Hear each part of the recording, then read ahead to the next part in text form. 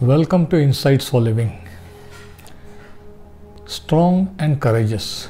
That is our topic for today. In Joshua chapter 1 and verse 9, we read, The Lord says to Joshua, Have I not commanded you? Be strong and of good courage. Do not be afraid, nor be dismayed, for the Lord your God is with you wherever you go. Once a child had to pass by a little dark corner and a spooky house. Some friends, some adult people gave him advice that don't be afraid. Others gave him some charm, good luck charm to ward off the ghost. Another one gave him a light to cross on that corner. But one friend said that I will go with you. I will take you through that dark corner. And that's what God did for Joshua.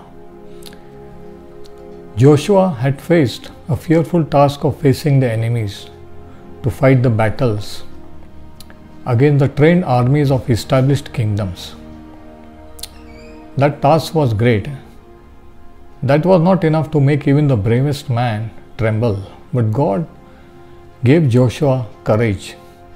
He gave him a battle plan, and God assured him that I will be with you wherever you go. Victory is yours because I am going to be with you. And that was it. So God does not promise to lead you and me through dark corners. He doesn't give us just an advice, do this or that. He said that I will be with you.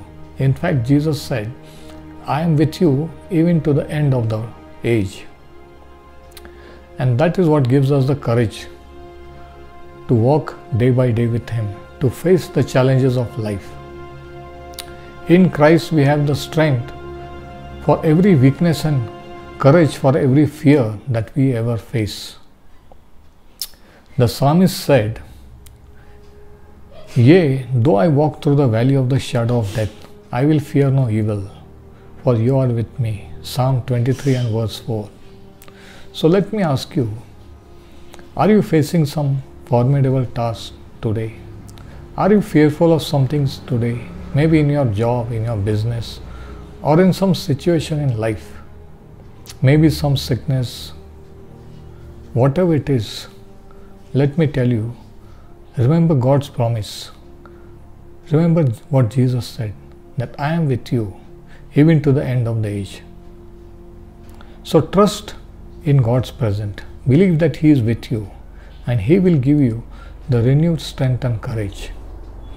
And that is our insights for living for today. Until next time, may the Lord bless you and keep you.